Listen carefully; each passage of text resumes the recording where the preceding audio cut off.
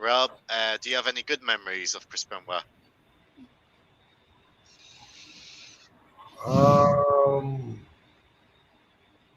Yeah, I got one.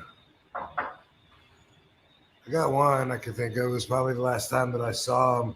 So this was like 2007, I think, when I left WWE. I think it was 2007, maybe 6. But now I gotta look that up. I always know dates and stuff, but I'm not really sure when I left WWE. But Chris had way back. All right, so first I'll set it up. If you haven't heard this, I've told this a couple of times, but way back in '93, when I wanted to leave WCW, there wasn't anything in it. Like I said before, Ole Anderson wasn't doing nothing for me. I was really young and green, but I already preferred the indies because I was making way more money, and I wasn't getting jobbed out. And I had Japan, like I'd already gone to Japan and got over there and knew that. So I was leaving, and Chris Benoit came up to me, and he said, "Hey, I heard you're leaving here," and I was like, "Yeah." He goes, "For what? What are you gonna do? Indies? You're leaving here to go do indies? Do you know how fucking lucky you are to be here? You know how many wrestlers would break their fucking leg to be where you're at? You're on TV. I think you're fucking stupid for leaving." Wow. Which I know, Paul. You can imagine him. Saying Yeah. That's when I'm 22, just turned 22 years old, and then in 2006 or 7, whenever it was, same situation, but at this time he says, "Rob, I heard you're leaving."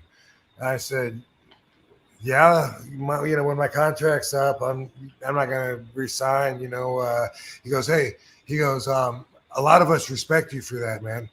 I said, "Okay, I'm not saying I'm never gonna come back. Hey, it doesn't matter.